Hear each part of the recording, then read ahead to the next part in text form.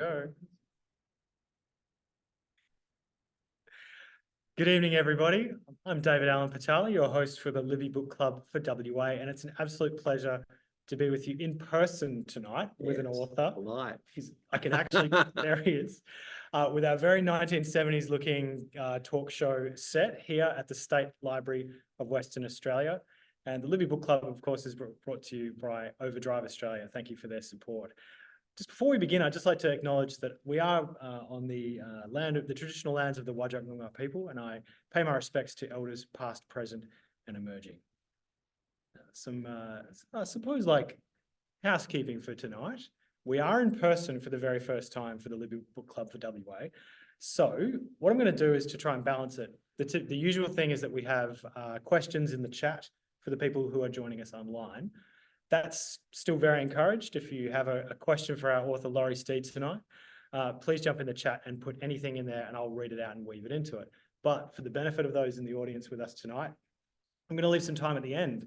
So if there's any burning questions that you have, I'll throw the floor open to you. I think that's pretty fair, right? Yeah. We'll figure it out as we go on. So it's my pleasure tonight to introduce you to Dr. Laurie Steed. He's a Perth Booloo-based writer, and he is the author of this wonderful memoir, Love, Dad, Confessions of an Anxious Father. True, very anxious. Welcome to the Libby Book Club today. Thank you. It's great to be here, David. It's wonderful to have you here, sir, and thank you for being such a good sport for us doing this live event. Yeah. It's a pretty busy time for you at the moment, but what I'm fascinated by with Love, Dad is it's a memoir about becoming a father. Mm. But before you became a father, what did you think a good father was? Wow. I mean, I guess I took all that blueprint from my own father.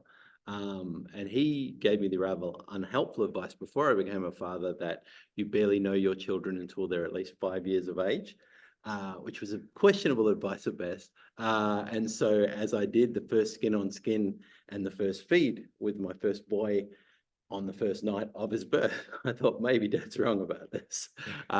So yeah, I guess I thought that a dad worked and that he would take you places when he wasn't working. So I used to go to the Cream Can, which was an ice cream parlor in Hamilton, New Zealand. It's no longer there.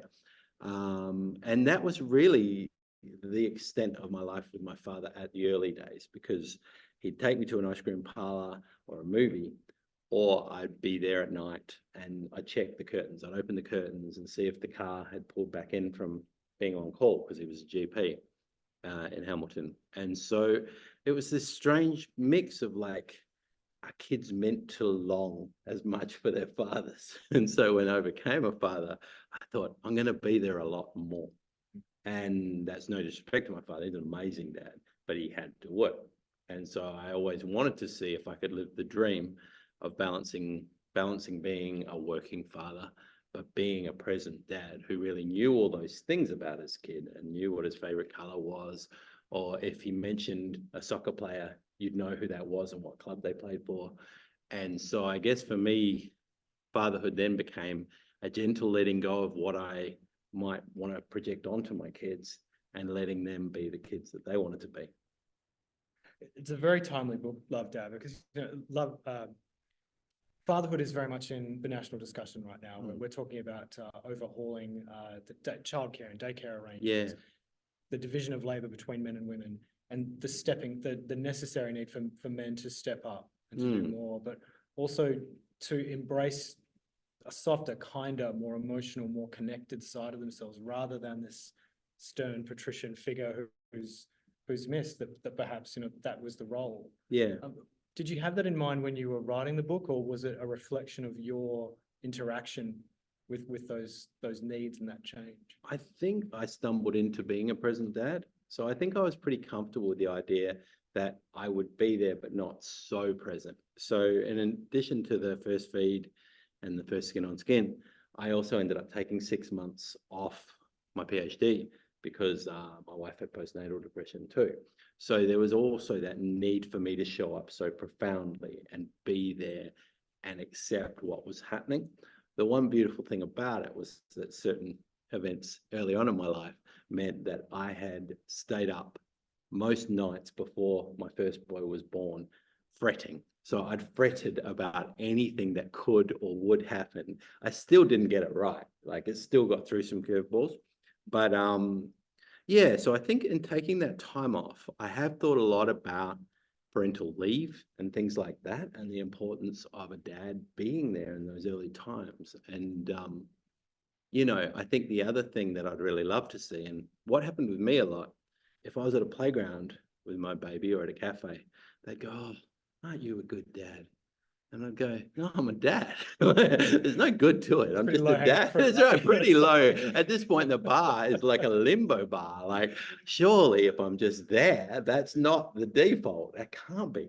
So I've thought a lot about, I guess the best way to put it is how you change the emotional bar for fathers, and how you let them, as you say, be calmer, kinder, feel like they can open up and not be subject to dismissal or any of the sort of banter that goes around. And it's mostly guys on guys, to be fair.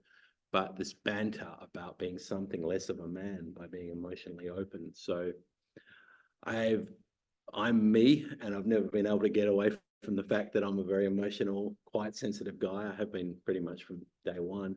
And so after a few muddled teenage years of trying to fit and very clearly not fitting, at some point I was like, well, I think I'll be a better dad if I'm me, for all that that means. It does involve some pretty weird moments along the way because I'm a bit of a kooky guy. But it's also a real gift when you're a writer, that you can instill the love of story and give them a sort of spaces. So as one example, the stories I tell my youngest has a baboon, and baboon is the emotional character. So he'll say things like, "It's okay to be sad. You know, it's all right. You are allowed to be sad." And so it's this strange character in the jungle landscape, happy to open up to these discussions. So I do find that the other great thing about being a writer dad is that you can have a playground to explore serious things, whereas I don't know if I didn't have that, how I would have those difficult conversations without metaphor or allegory or fable, which seems to help me a lot through some of the more difficult questions from my boys. I've read this book a few times, and it's a memoir. It's this is the first memoir we've had at Libby. Yeah. So I seem to be doing that a lot. it's pretty good. That's how I roll. I'm usually the first book of a kind Yeah. to come up on a podcast. And Similar. And if there's people listening in the audience who've read the book or are thinking about it, what would you like people to perhaps take away or have the promise of taking away from Love Dad?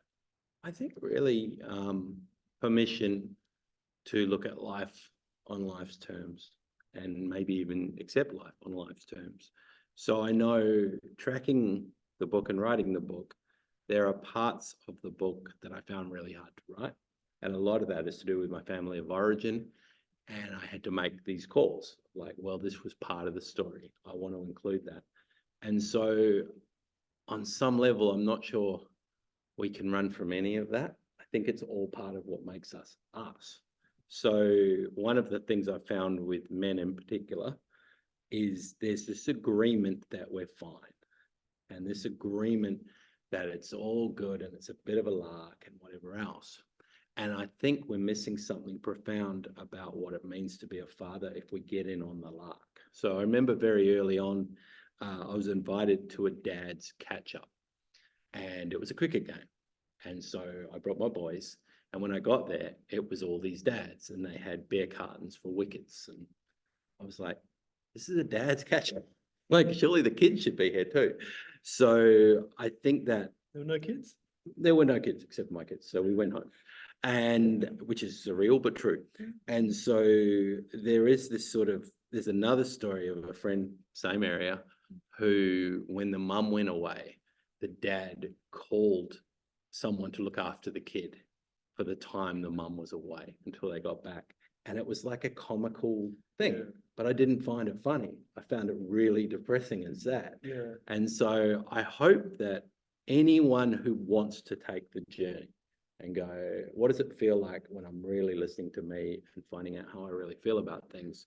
I hope they get permission and they're not afraid to step into that space. So I had 3 rules when I wrote the book, and that was sincerity, vulnerability, and authenticity.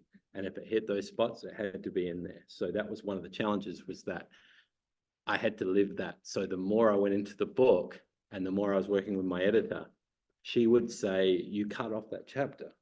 I want you to stay there. So one of the chapters is me sitting with my father in York, and it's close to end time.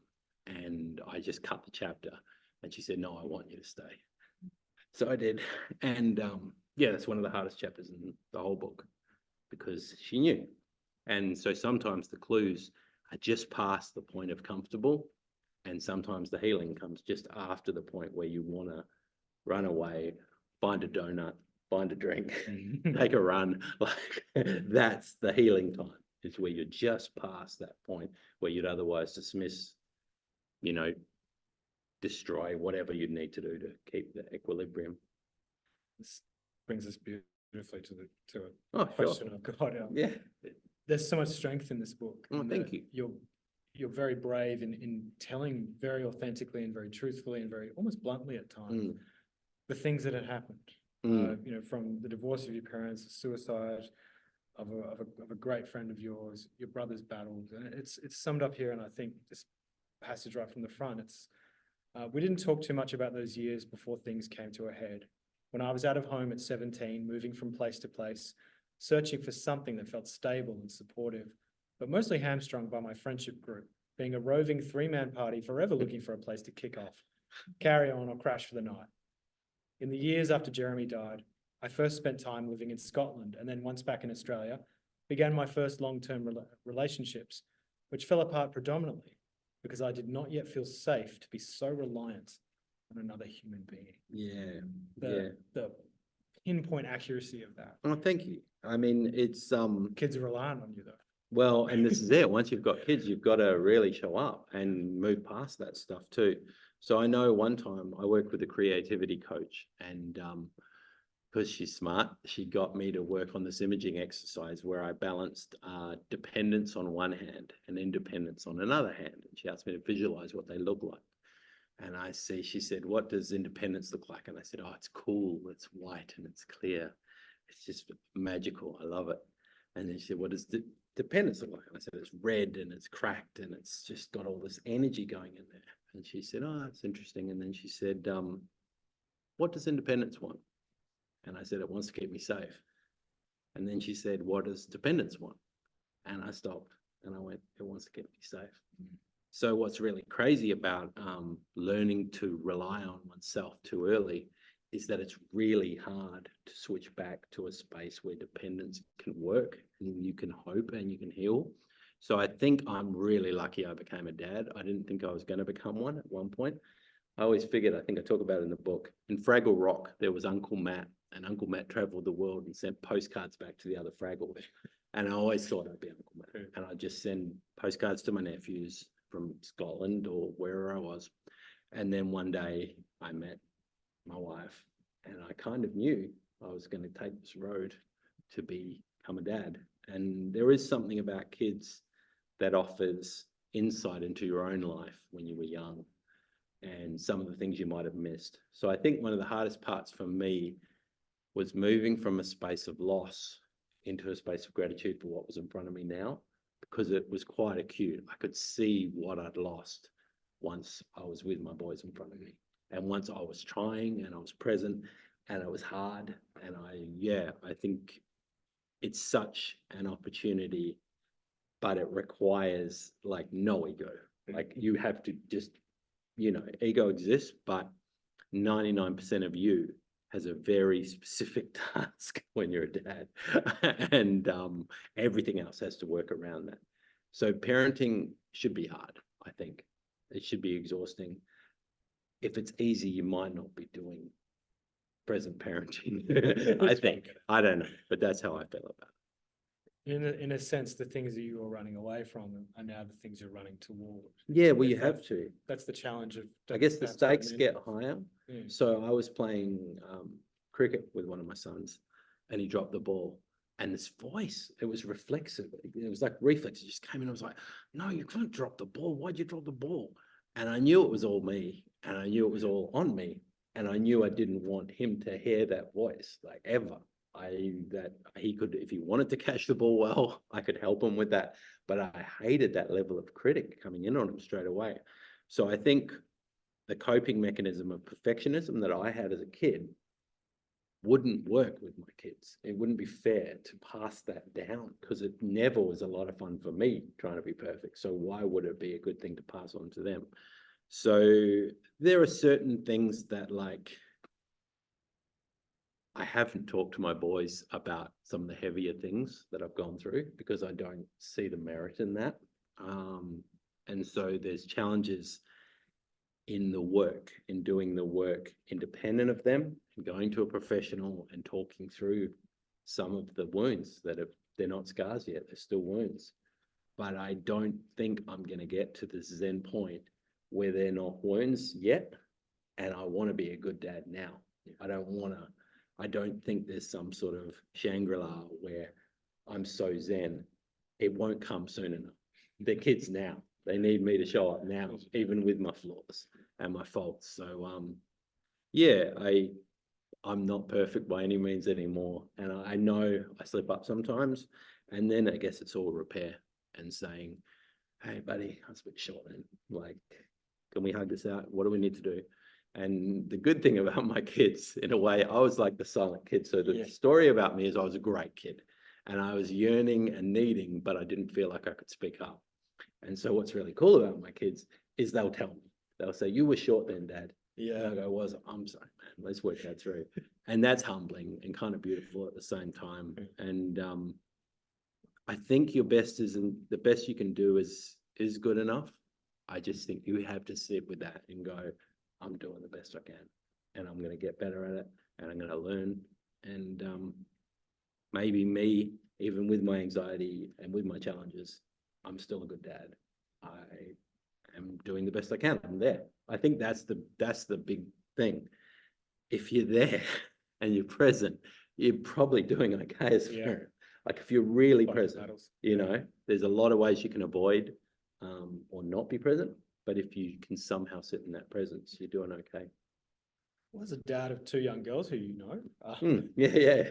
How are you navigating that space? It's fun, right? The same as you. But what I really appreciated about Love Dad, Confessions of an Anxious Father is that it's not a lecture. It's not a lesson. It's not a how-to guide. Yeah. It's just, I'm Laurie Steed. This is my experience. I hope this helps you. Was that your intention with writing a memoir about fatherhood, which does have, I suppose, an educational aspect to it? Yeah. But it's not, it's not a tautology. Yeah, I was conscious, having read so many parenting books before my boys were born. The French way of reading. And they were very clear and very like, this is what you do, this is what you don't do. And then once the boys showed up, it was like a tsunami washed away all that wisdom I'd accumulated. And I went, none of this is applicable on any level. And so it's strange how there's not enough spoken about compassion, right? And self-compassion for being in that space. So I often wondered why I was going through what I was going through in my life. And I particularly wondered, so my book starts with my dad falling off a roof and into a coma 1 month before the birth of my first son. So it's a pretty heavy thing to happen. And he was in a coma throughout that whole period until much later. And I wondered what on earth could be the point of that. And again, I've got a friend who committed suicide who's also in the book. And I wondered what could be the point of all of this? Like, what am I meant to do here? And what can I share about that could possibly be beneficial at any point? And I guess I needed a few more puzzle pieces to fall into place to work out exactly what it all meant. And I do remember one thing that my dad said a lot before he passed. He's like, you're doing okay. You're doing okay. It's okay. You're doing all right. And I think the opposite of that is a dangerous thought. And it's a really common thought in early parenting is like, I'm not doing okay at all. I'm struggling now. That's an okay thought too. That's a very real thought.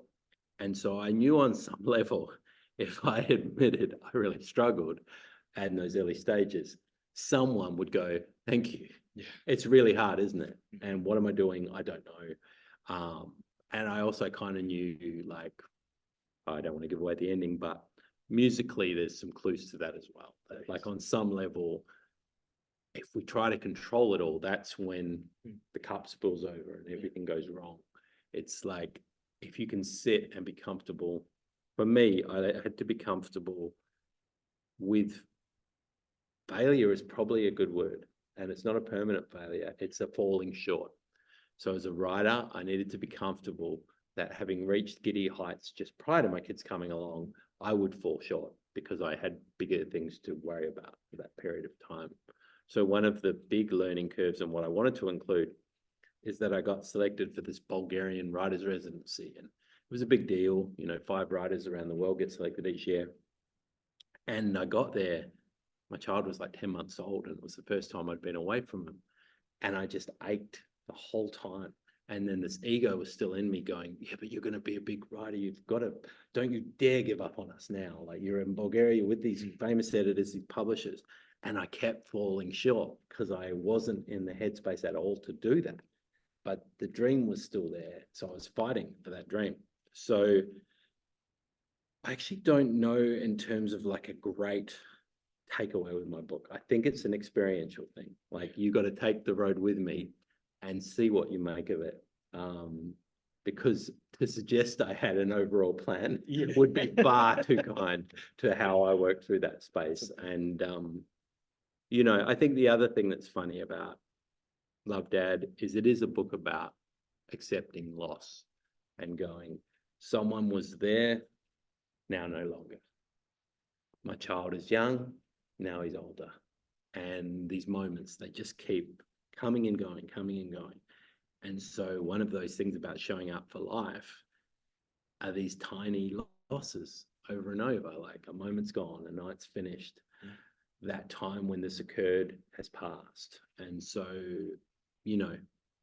even as my family of choice sits with me and we build something beautiful, I know that it's temporary and I know that it's special. So I wanted to share that too. My mind is brimming with questions. Crossroads after crossroads. But, sure. The physicality of the book I find really interesting as well. You played a lot of AFL when you were a kid. One of your most, I'd love if you could tell us the story of your front. But what I find really interesting about being a dad is, speaking quite stereotypically as a male, I find it easy to solve things physically. I find I can use my strength, my agility, I can use my work ethic to overcome things. That was all completely useless the moment my kids came on, because all I could do with the strength is lift shopping bags and get them in the car. All I could do with the agility is trying to put my back out. All I could do with the work is try to keep everything on an even keel. It was this that I needed. You're right. And on the nights where I was, basically sleep tortured and I was so angry, and I couldn't do anything other than push all of that anger down and just hold the baby. Such a good point. It's this complete flipping of your world. With that in mind, how did you manage the transition yourself? Because you had a wonderful time as playing AFL, and that was a defining thing. Well, it was junior football, so I can't say I actually played AFL. I love the story. But I was a footballer of note, and I did play at various Subiaco Oval and the Wacker and stuff like that. But what was really funny was that I did my ankle when I was about 12, and I did it really badly, and I couldn't come off because people were already injured. So I played that game, and my foot swelled up, and they had to cut the boot off because it was so swollen. And so they did that. And then because we were an elite team, I got told I had to take, I think it was 6 to 8 weeks. And I came back in 2, and they just strapped it up and strapped it up and strapped it up. And I played through the whole season, which we, from memory, we lost with a kick after the siren in the grand final.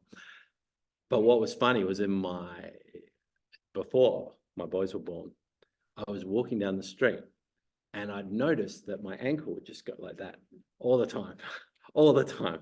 And I thought, oh, my foot's a bit muddy, And then I started going to the gym because I thought I'll strengthen it.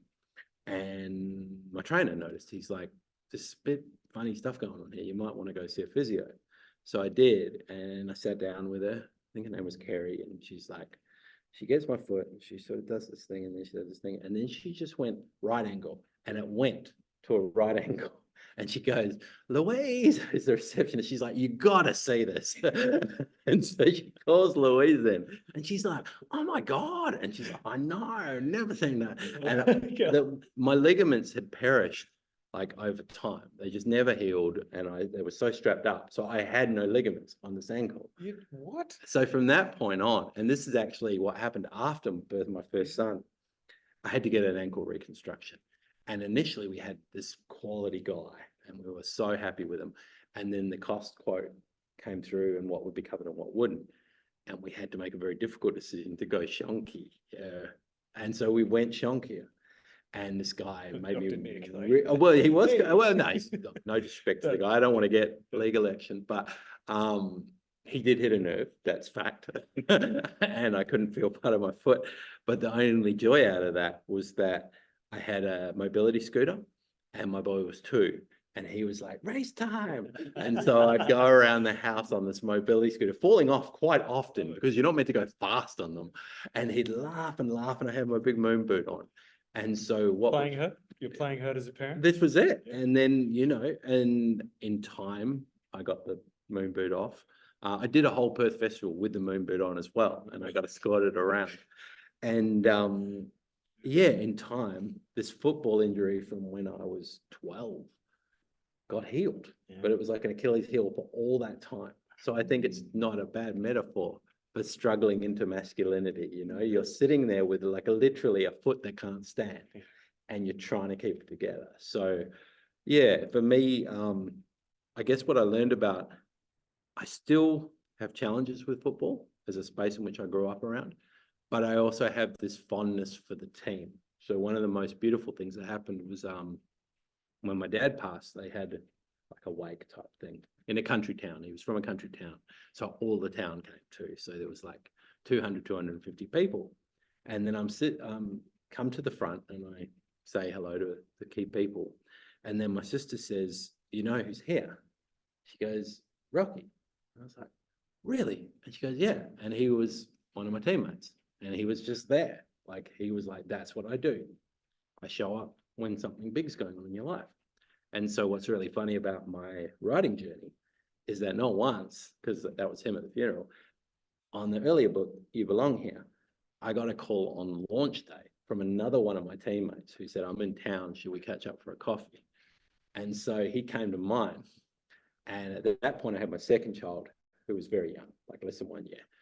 And he's there, and we're sitting on the outdoor couch, and he's tossing my baby and catching it, and tossing, catching it. And very young, like it was not the age for the toss, but that's the kind of stuff he'd do.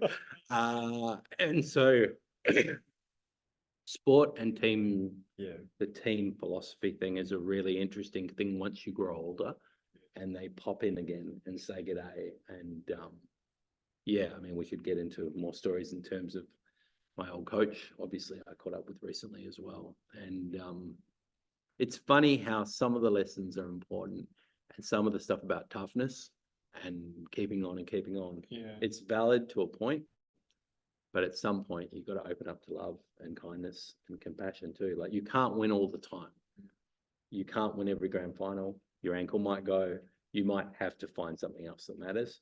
And I'm really lucky that I found my family because yeah, in the same way that writing saved my life, I don't know if my family saved my life as much as gave me a point. Like, I don't know if I had a point before then. I was really existential. I'd listen to the Smiths when I was in the UK or, you know, The Cure and just feel emo and like really like, what is me? And then one day there's a tiny little kid looking back at you and he just needs you. That's all he needs. It's pretty special. And you got to do the laundry. Yeah, and to do the laundry. Well, that's the other famous quote, which I have shared with you before, David. And as a writer, it's probably quite valid, which is after the ecstasy, the laundry. So there's always the laundry. It comes even at your highest point. So I do remember getting my PhD in writing, and because the in-laws had looked after the firstborn, but we had to get back. So I remember having half an egg sandwich after getting the PhD and then getting the burn that egg Yeah, sandwich. yeah, egg sandwich. Oh, tasted good, I tell you. Very special.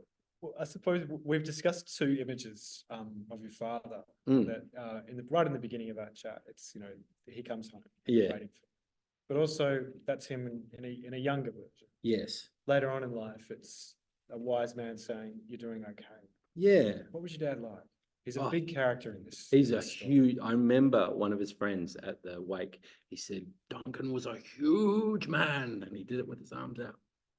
And yeah, Dr. Duncan was a pretty special guy. He was quite a strange guy sometimes. So he couldn't say, I love you in a normal voice. So I could, because I'd been, I guess, open and was lucky to bear the fruits of his journey. So one of the crazy things about my dad was that his dad was in the war, never hug you, never say I love you to him. So he grows up with that, and that's the thing. And then one day he's got 4 kids and they're not listening. You know what I mean? Like our gen is not listening. We're just getting up on his lap and giving him a cuddle and stuff like that. So what was kind of crazy was that we were very comfortable with saying love. And he would always do this voice, which was like, I love you too. And he just couldn't do it normally, but it was kind of gorgeous. And now I really hold on to that. And so he was a very kind man, and he was incredibly there for other people. So there's a famous story in New York, because he was the York GP, about him being mid-pie and a guy coming in and going, I'm not feeling so great. And Dad seeing in his eyes something, we saw something in his complexion and went, we got to get you to the hospital right now, and put the pie down, got in the car and drove him to Northam. So he was a very there for people to an absurd point, and he wanted me to be as there. So what would be really funny is he'd go, we're going to see old Bill. And I go, oh, I don't want to see old Bill. Why am I going to see old Bill? I'm not his mate. Hey, what do you want to see him? But he knew on some level that my anxiety would prevent me from certain experiences just for the sheer thought of it. And so one of the funniest things about since Dad is gone is that I learned more about Dad from people who knew my dad. So I get invited to this farm out in the wheat belt, and I eat my sandwiches and I talk to them, and they tell me about my dad. And I think to have taken a dad that never said I love you and never hugged him, and to become a dad that always said I love you and always hugged you is an incredibly powerful thing. So I think if there's anything about legacy within me, it's that I'm able to be who I am on the back of some huge generation breaking choices he made. And so I think I was mentioning before to Pip the story that there's a guy who works in men's work here in Perth and has done since the 1980s. And he reaches out to me and he says, I've got a photo of your dad at the first men's retreat I ever ran. You should come get that. Yeah. And so he quietly is a revolutionary man. Like he's a GP, he does the bit, but he's revolutionary very quietly. So the other thing he'd do was he'd run these tents at regional fairs, and they'd have these 3 old cars, and people would come and they'd look at the cars and they go, oh, beautiful cars. And then he'd go, this is a mental health check-in. This is like a space where if you want to talk to me about some stuff, you want to do that, you can. So he was really passionate about men's mental health and being in the wheat belt in particular. That's the men's shed idea, right? Yeah, well, this is get him in, fix a lawnmower, and maybe you're gonna. So one of my probably my favorite bit in the whole world. So Dad, against my best wishes, took me to the men's shed a couple of times too, and some guy would tell me how to mend a toilet pipe or something. And I go, wow, I'm in no way qualified to have these conversations. And then once he was in hospital with his heart problems, which was later on, he got out, and it was my job to take him back to the men's shed for the first time post-surgery. So we walk up to this big metal building. The one in York's a really impressive men's shed. And I walk in, and there's 30 dudes, around a table with their cuppers, talking shop. And I walk in and they just stop and they just look and like does not compute kind of message going on in their brain. Like, why is this guy? And I walk in And then my dad walks in and they all applaud. And it's just the most beautiful, most old man thing I would normally think is silly and dumb. That was just too beautiful in that moment, and the companionship. So I think companionship matters for men, period. I think belonging somewhere and feeling safe and feeling like you're not going to get mocked or made to feel silly is so important. So my dad could straddle both worlds. I could sit and talk with him about emotions and love poultry, but he could also sit in a men's shed and ask what grade the sandpaper was. So he was an everyman in every sense of the word. I think you follow right after. Sometimes, if I'm a better actor than him, I can pull it off. Thank you for sharing. No, There's a lot in here. Now, if anyone online would like to ask Laurie a question, please jump in the chat. But also, I think I'll go back on it. If anyone in the audience has a question for Laurie, please put up your hand and I'll come to you. If you don't right now, it's okay. But if you can think of it, pop your hand up and I'll weave it in too. So, I mean, I would be interested in your experience reading the book, similarities, differences. Like, what was your journey walking through that book? And from what you've known me previously, so I was a mentor to David earlier on. I still do. Yeah. Well, what was your experience working through it? Well, I found it fascinating in that my dad is a very loving dad, very affectionate, always tells me he loves me, that kind of thing.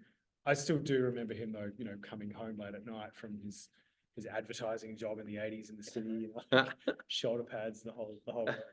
But the thing that resonates with me the most is my grandfather. I was very close to my grandfather, but he's probably of your father's generation in the sense that never said he loved anyone. Absolutely loved us as kids, and you could tell through his actions. Never hugged him, never said it.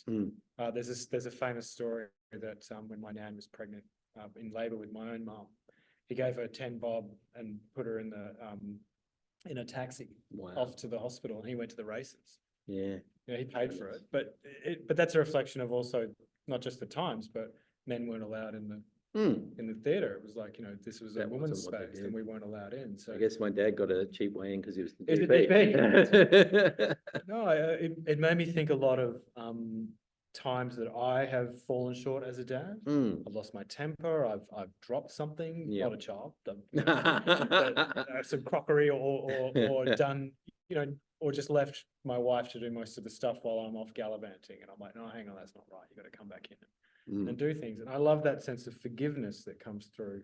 That self-compassion, self-forgiveness, and the determination to do it right. There's a quote right at the end, which I had marked, but I can't find it. But it's about you saying to your boy that, you will never not love him. Oh, there will never not be a time. Yeah, there won't. And you will always do your best and come back. Yeah, I think I can't even really unpack some of that stuff. Like, it's literally just that first sound of him crying in the emergency Caesar. And it's like the first night where we called the nurse and the nurse said to my wife, "Oh, beautiful, go back to bed. You're all good." And then she said to me, and she took me to the furthest tea room. And then she said, "Good luck." And she shut the door. And I was just sitting with this boy. And so not only do you feel the weight of that, but you also feel like you have to be okay, but you also feel so intensely protective and so committed to just being there for them. And so, yeah, it's a very profound thing. I think because men can't give birth to children, there's still parents and they still feel the bond. It's a different kind of bond. And so, yeah, for me, They do change this stuff. Well, they change fundamentally so. And so I think, I'm slowly getting more comfortable with liking life, which is a weird thing to say. But when you strive for so long and when you're trying in writing, you're always seeing that next step of the ladder. And what if I got there? And what if this happened? And I read stories now. Like, there was a singer for the Beautiful South, and she just stopped singing for a while to look after her son. And I think of someone like Renee Zellweger, who just disappeared for a while. John Lennon. Yeah, there's all these people who it's such a big thing that one must take You pause. can't miss it. Yeah, you can't miss it. Can't miss And Yeah. I mean, the other thing that's funny is that if I ever do get time on my own of an evening, if I happen to be somewhere that's not home, Yeah. I just don't feel home, which is a Yeah. weird thing to say because for so much of my younger life, the streets were home and I loved walking around the streets and I really felt safer on the street. And now I just want to be back. I want to see them sleeping. It's lovely. And it's like, yeah, it's like the world works when you can see that at the end of the day. And it's so peaceful in this day. It's a wonderful Oh, moment. It's like, oh, God. yes. Oh, Angels. and also, I don't know, Away. it might just be my boys, Yeah. but they have this habit of almost like doing interpretive dance in their sleep. Yeah. So I'll go into a room and they're upside down and on this angle. I'm like, what? How did that happen? So yeah, it's very we're going through a phase where my youngest boy loves fart songs. So we're hearing a lot of fart songs. And there's more than I thought there were too. And so that's kind of a bit on the edge of too many fart songs. But you know it's a phase. You want to kind of embrace it. And I think I played him the first fart song. I think I remember going, this is really funny. Check this out. Oh yeah, I cry. And my now kids he's all the hooked. time. Yeah. So the problem is that you know on some level that Like- you can use your powers for good Yeah. or for fart songs. Hey, have you taught them that, This is it. So, I've taught them the fart sound on the arm. Look, and I'm sure my poor wife, like she's got 3 boys really in the house and her. And so we have like little jokes like that as well. One of the running jokes, which isn't even funny, so if I say it now, it won't be that funny, is that she loves the show She-Hulk. And the kids like that too. yeah. And they'll come up and go, tell her she loves She-Hulk. Okay. Mum, do you love She-Hulk? And they'll laugh. And then you're like, this is weird, but this is a thing that we do. So I guess the other thing as families, you kind of accumulate mental trinkets, you know, like a funny song, or if you put a certain song on the stereo, you all start dancing, things like that. It's a pretty magical thing. We've got a question in the chat, which leads us pretty nicely to one thing I'd really like to ask you is, Sure. this book's it's a memoir of fatherhood, Yes. but also of being a writer Yes. and trying to juggle those two things, Oh which my is like juggling goodness. chainsaws. Yeah, So, yeah. That's a great metaphor. Gary Slee in the chat says, what is the story about being selected to go to Bulgaria and what was the theme? Oh. So was it, I think that, yeah, what were you selected to go to? So basically you submit an extract of your writing, and thanks for the question, Gary. You submit an extract of your writing and 2 people would read it, an American writer and a Bulgarian writer. And if they liked it, you got picked.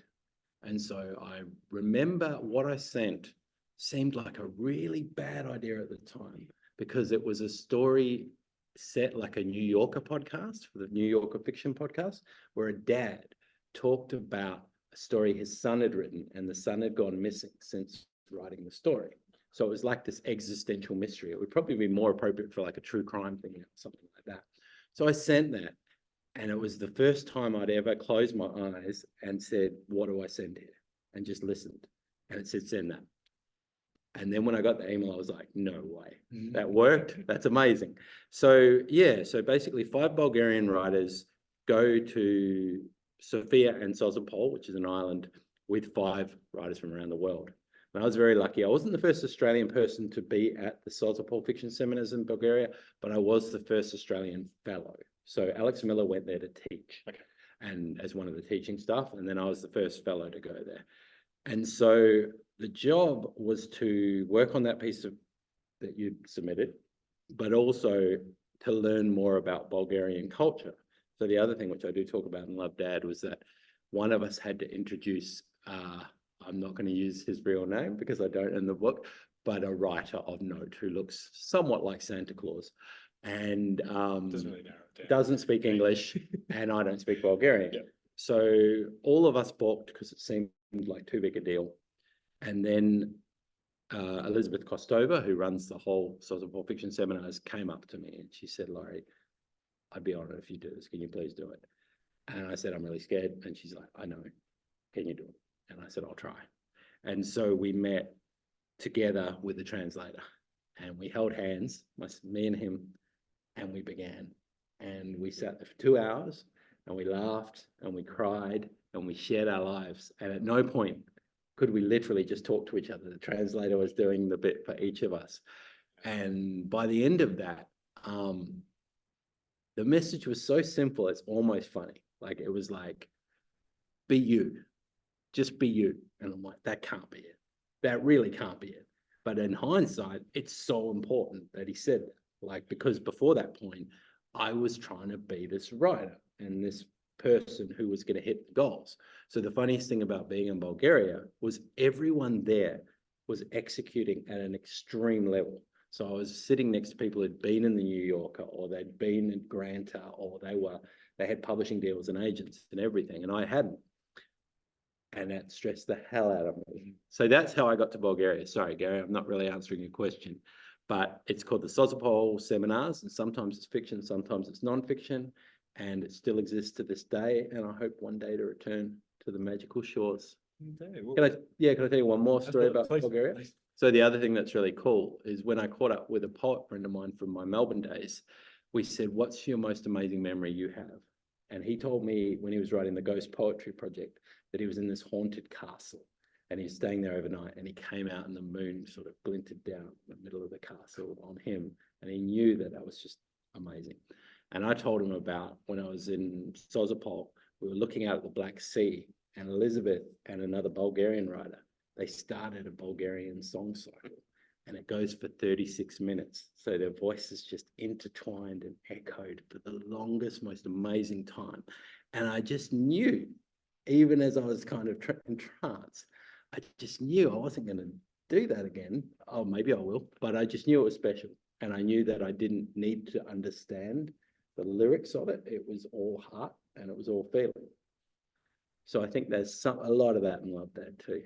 Well, a cycle that occurs to me, that writing and fatherhood, maybe the same journey. It's beautiful. Well, acceptance of yourself, acceptance of all of it. These categories, they're helpful for one to try and make sense of the world, but there's a lot more interconnectivity than we ever let on. Yeah. You know, fathers, sons, daughters, brothers, mothers, lovers. It's all connected. And all beautifully connected in now your collection. So are you going to bring all three into the mix? There are now 3 Laurie Steed books. So we begin with You Belong Here. That's true. Then Love Dad. Love Dad. And then your latest, Greater City Shadows. You've actually short stories. Just launched last week. I'm noticing a theme of green. Very much a colour theme, despite 3 different artists. What I love about your writing, Laurie, is it's you. It's everything in front of you. It's Perth. It's Western Australia. It is the fine, minute details. It's all of the people like Diablo Cody, the people that you greatly admire as writers, but done here. Yeah. That takes a great commitment to holding a space and an appreciation for the community that's around you, doesn't it? I think it's the greatest trick Perth's ever pulled, is how many beautiful people sit in the city and we don't know it, or we forget it, or we get caught up in the massive building they're building on the foreshore or whatever. I just think human beings do it really well in Perth. Like, the best people in Perth are so amazing that it's a city worth celebrating, even with its flaws.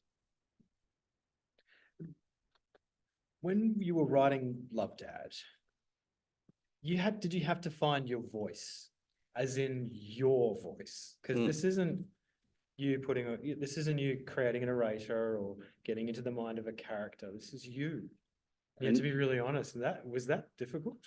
I think I had to lose my voice. I think I had to lose my voice. I think that's the weirdest thing about it. I think actually I'd learned how to write to such a degree, through 4 degrees, that I'd forgotten what it was like to talk and to share and to just be me. So I kind of made a deal that I would just open up the door and let me come through in Love Dad. I think in a weird way, it feels such an imperfect book because of that. It feels like that can't be a book. I remember thinking that when I was writing it, I'm like, this can't be a book. And then so much happened so quickly, and it got published even before Greater City Shadows, which I started before it. And I was like, wow, when the universe wants you to do something, it really wants you to do something, and it'll push all kinds of things out of the way. On that, you went to Varuna, National Writers House. You were meant to be writing what did become. That's correct. What happened when you got there? Well, strange things were brewing from the very start. So my best friend rang me up, and I said I was worried about going there, and he said, well, if you go there and no words come that'll be a story in your life. The time you went to a writer center and no words came. And I was like, I don't know whether to thank you or hit you at this point, but thank you. And then when I got on the plane, I started writing about being a dad on the plane, just a couple of little short pieces. And I wrote about being on the plane and thinking about my kids, because it was the first time I'd been away from my kids in 8 years as well. And then a guy on the train, he just showed up and was wise. And I'm like, what are you doing on this train, young wise man who lives in the Blue Mountains and has wisdom to impart? But he did. And then by the time I got to Varuna, I'm there on a fellowship. So it's not even just that I'm going there to write Greater City Shadows. I won a fellowship for that book. So when I talk to the consultant, I say, I'm meant to be here working for Greater City Shadows. And she goes, what else have you been doing? And I said, well, kind of wrote it to a couple of pieces of being a dad, and it feels really special.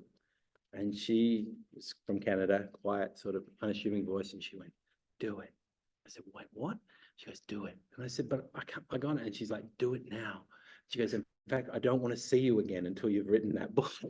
So I'm there for 2 weeks, sneaking in to get slices when she's not there, because I'm worried I'll get in trouble. And, you know, trying to get a little slice out of the biscuit tin. And I'm mostly there's a detached studio now called the Jarrett Studio there, which is the accessibility studio, but they'd put me there because they're awesome. Yeah. And it was a sitting, standing desk, and it was my own space. So I would walk the edge of the mountains in the morning for 2 hours. I would sit down or stand and write. I'd take a break to watch one episode of The Trip starring Steve Coogan and Rob Brydon, and then I'd write again. And I would listen to the same album by Genesis the entire time. In fact, there were 2 albums by Genesis, but I would listen to those nonstop, to the point that I felt like they were trying to tell me something. And then I was like, okay, you're losing your mind, mate. Like, Yeah. just keep writing the book.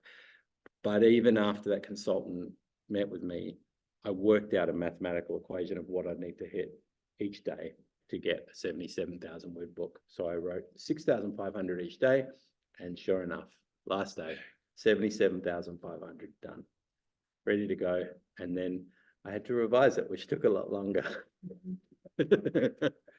Laurie, sorry to say, we are running a little short on time tonight. Laurie is actually quite a busy man. He's got a workshop to teach almost immediately after this. So we're going to This is how I roll. We're going to I try never do and things hustle him by out the half. door as much as we can.